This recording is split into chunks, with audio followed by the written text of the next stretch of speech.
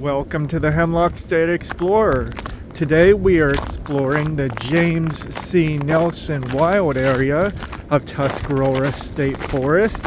It's over 5,000 acres, so we'll just be exploring the portion nearest Thompsontown. We came in on Route 333. The Juniata is just to our left.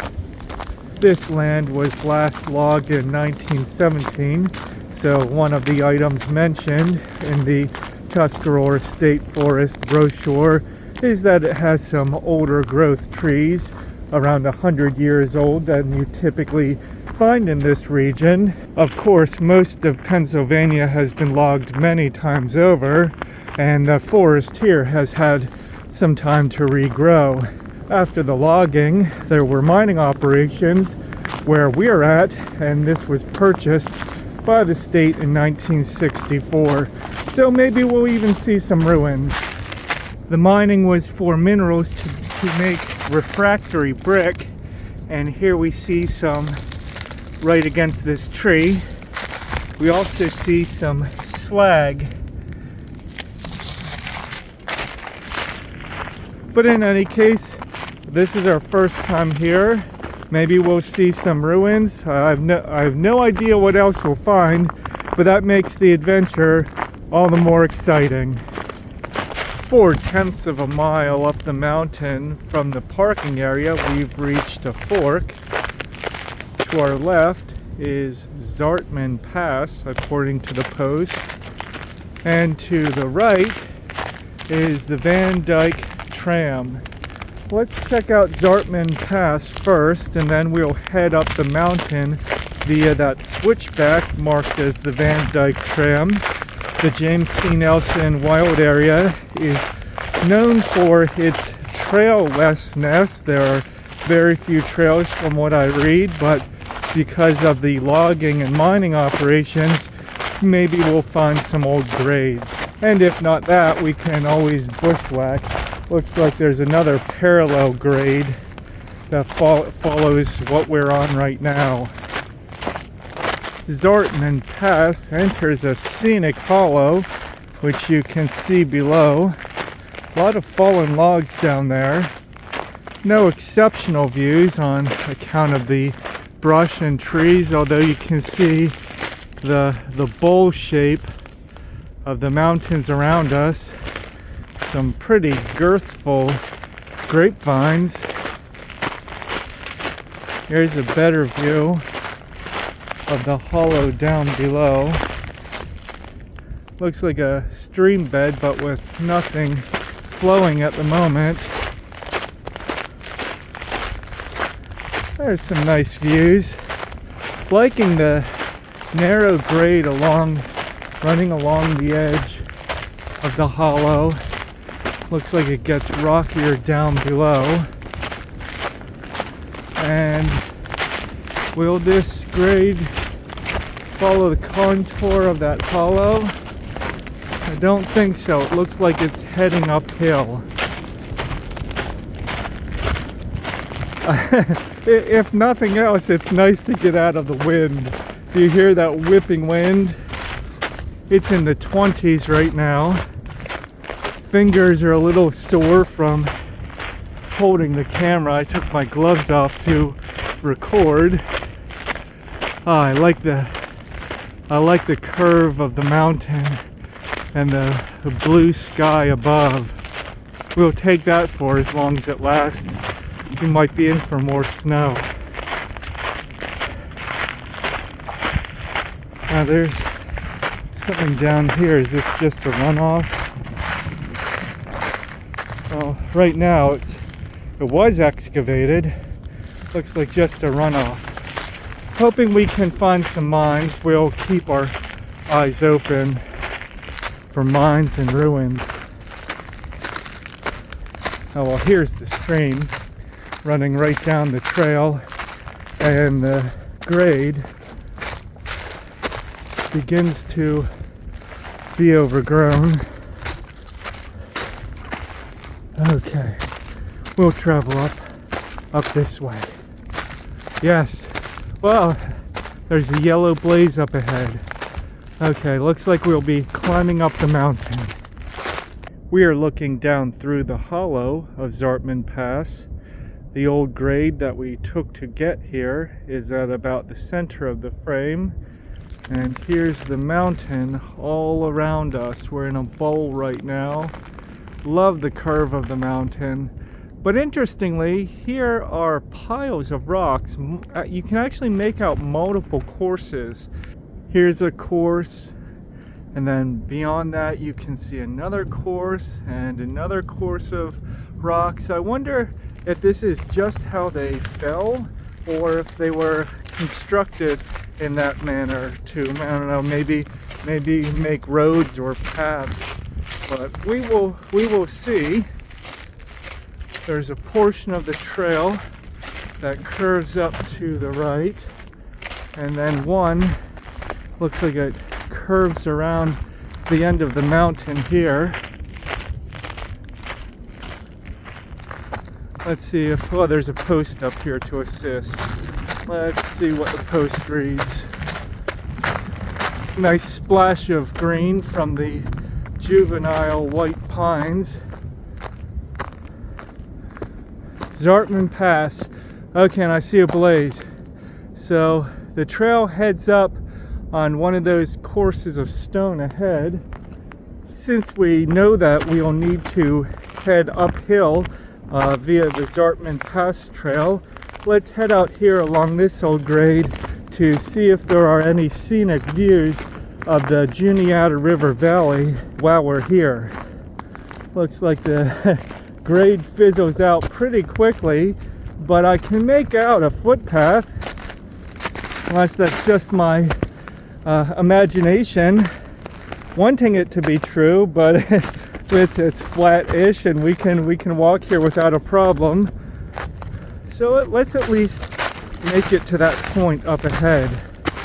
Well, there was indeed an emerald colored mossy path leading out to the point of the hollow, and along the edge of the mountain we bushwhacked up through the woods a little bit and then encountered the yellow blazed trail again. This post indicates that there's another trail, the Gangster Trail. Looks like it has had some porcupines munching on it. Gangster Trail, yellow blazed, heads up that way. I see blazes in the distance, and maybe it ascends the mountain. Really tempted to take that, but we'll save that for a future exploration. We'll head back down into the hollow and then reconnect with the Vandyke Tram that we planned to take originally. We've re-entered the hollow, and our question about the courses of rock is now answered. You can clearly see that there are multiple grades up the mountain, and I wonder if that grade all the way at the top, about the middle of the frame right now, is that Gangster Trail. We'll have to come back in the future and take a look at that. Maybe these form switchbacks for either the logging or the mining, but in any case, it's really cool to see. I love exploring this kind of thing. I love exploring the woods, love exploring the wilderness. It just makes it that much more special when you find ruins like this. Yes, old grades, piled stone, now overgrown with some young growth black cherries and gray birches. And down there is where we were previously before we took that footpath in through those young white pines. That footpath didn't last too long. It's an indication of the amount of activity in this area that we just happened to bushwhack up the mountain and meet several more trails, or at least old grades like this. From the Vandyke Tram trail, we spied some masonry in the woods. You see that? What would that be? Would that be a foundation? A road? And then we see some more masonry here to our right. Let's take a look around. I suspect, zoom out, I suspect this is an incline plane. Yes, I can see that white white trail of snow up the mountain, and this must be the incline plane. Let's head up and we'll give you a better look. You see that trail straight up the woods, that relatively flat section? Yeah, this has to be an incline plane. And then hopefully, yes, it looks like there's a terrace up ahead that leads over to that other section of masonry work. Here we are now on the terrace of what is presumably the incline plane heading up the mountain. We see it, that rock structure. There's some metal cable protruding. There's another coil of cable over by this foundation. Here's another foundation. Well, here's some bricks scattered all underneath the snow and leaves. Foundation of another structure. So what would this have been for? I'm guessing the cable was for transporting carts or sleds or something on the incline plane. Looking to our right, this is a spur of the main line of the Vandyke Tram. So we'll take this spur because this is the direction in which we saw the masonry. Oh, here's a bridge even. You see that? Okay, this trail is properly blazed. Nice thing is there are some blazes on the main trails, but all of them are yellow. Oh, we saw something like this before up in the McIntyre Wild area. Some old railroad ties used as a bridge. Oh, I see it. Just started flurrying. That adds a nice touch to our adventure. Yes, up ahead, well, here's multiple courses of stone on the side of the mountain, similar to what we saw at Zartman Pass. And here's a rock wall over which the tram line ran. So I don't want to get too off track. Want to continue up the mountain via the Vandyke Tram, the main line that we had planned, but this is too good to pass up right now, so let's explore. Looks like this is heading into another hollow. We passed this on the way up and marked it as a site for future exploration. You never know what you're going to find back in these hollows. Sometimes waterfalls, sometimes ruins.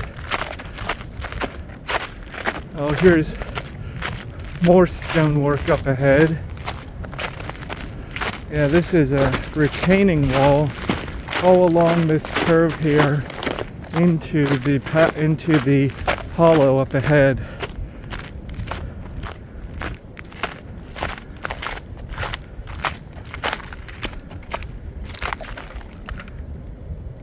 All along the trail we saw broken views of the Juniata River Valley. I suppose we wouldn't see anything if the leaves are on the trees. Oh, here's another cable.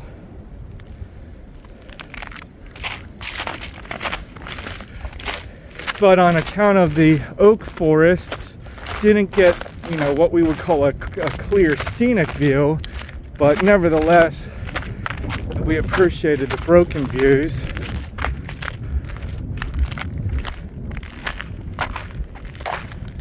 Okay, so I can see where this is heading.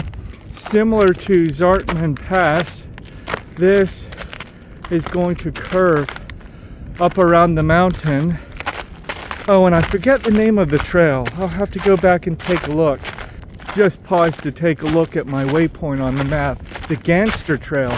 Maybe the Gangster Trail connects with this, because it seemed at the time the Gangster Trail ran higher up on the mountain, and well, it looks like we have multiple trails up that way, but it may very well reconnect here. And this is the Rocky Hollow. Looks like there's some sunshine ahead on the other side of the mountain. Okay, so I don't want to get too off track. This is a really cool find. I am going to mark this as a future exploration. We need to check out the Gangster Trail as well. So we'll turn around. You see the broken views of what would that be? Would that be Shade Mountain? I have to go look on the map, but in any case, we'll head back towards the Vandyke Tram road because we don't want to get sidetracked. That's what I came here to explore. And we'll, Lord willing, make plans for future exploration of the James C. Nelson Wild area. It looks like there is much to explore. From the Vandyke Tram Trail, we spied this cairn. Interesting, and it looks to be a pile of stone up ahead, so maybe somebody is marking something, or maybe somebody's just playing with rocks, but let's go up and find out. We ascended part way up the mountain. You can see the ridge up ahead. This is the structure we saw from below. I thought maybe it would be a foundation, or even seeing some dark spots, perhaps a cave, but it's more of what we've been seeing, old grades along the side of the mountain. You can see that we're in fact standing on an old grade right now. It continues off this way. The Vandyke Tram line is down below. So we didn't find anything that the cairn would seem to be indicating, but if you've been here and you know that we missed something, please note it in the comments. Again, this would be a place for future exploration. I would love to travel along all these old grades. I wonder what this would have looked like back in the day. This must have been Grand Central Station with all these roads up and down the mountain. Here's an intersection of an old grade, the one that we're traveling on right now.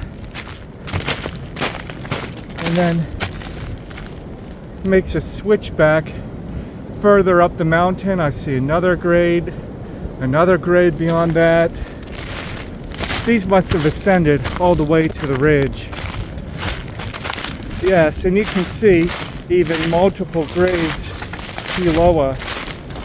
Okay, so we will, hopefully there's something cool that we missed that someone would tell us about, or we can find ourselves. But for now, we'll go back to our main objective, which is to explore in its entirety the Vandyke Tram line, and then we'll head back up here.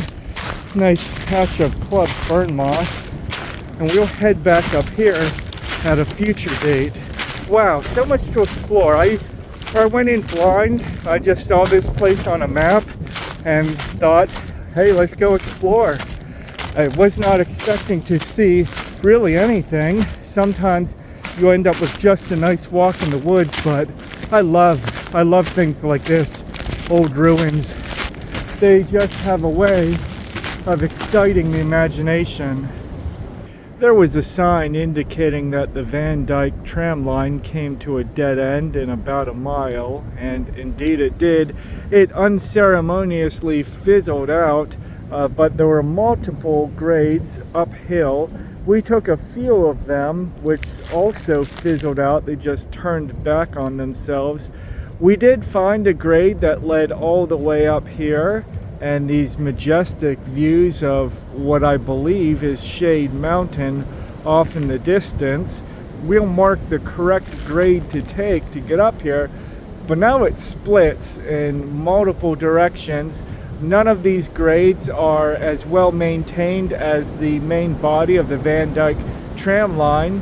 We'll head in this direction back east because it's the direction of the incline plane, so it makes sense to me that the main body of the trail would be to the incline plane.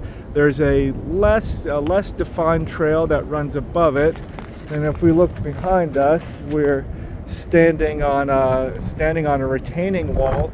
This seems like a fairly well-defined trail. Maybe we'll take a little walk back here. I'm thinking this will probably end.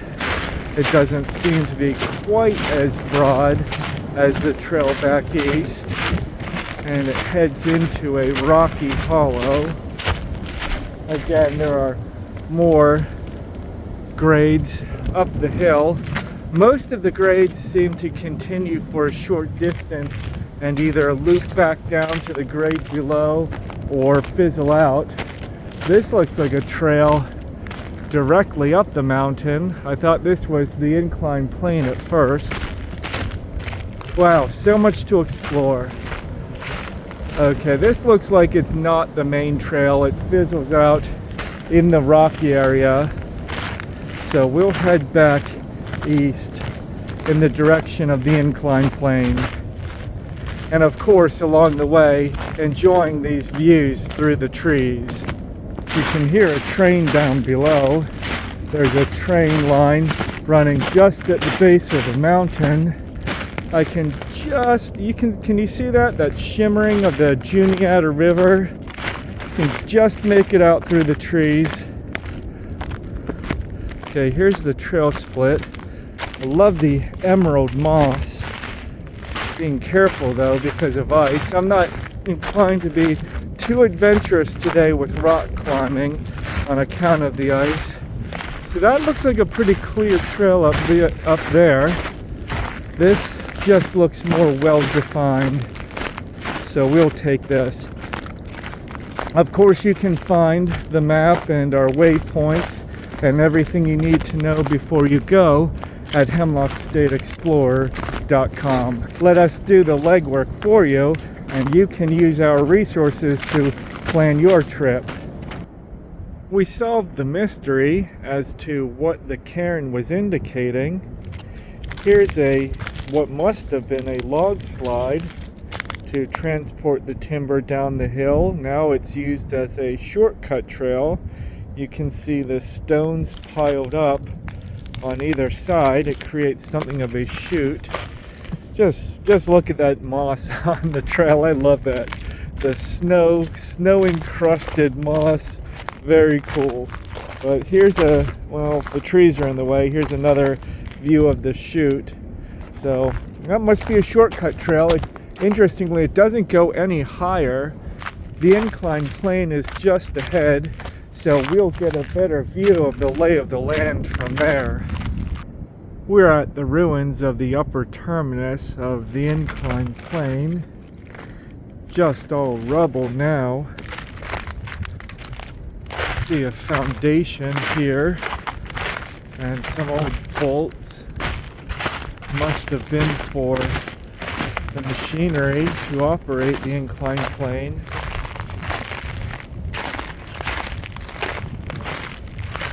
I don't see much down below. Let's take a walk out here. We actually came here from the trail up above and then descended and then came through on this switchback. Maybe there's something over here. I wonder if that would have been a building at one time. Okay, here's the incline plane itself. See some metal over here. Goes down this direction. An icy depth trap right now. There's, I don't know, some metal container. See some more metal up here. Wow, this is all that remains.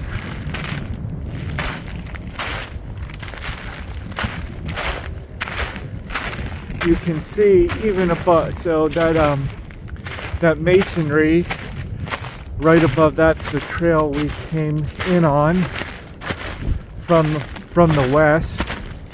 And you can see there's even masonry higher up, terraces higher up. That must be the very top or the ridge of this mountain, maybe. Nothing would surprise me. You often think you're at the top and you're at a ridge, and you climb to the top of that and find more beyond.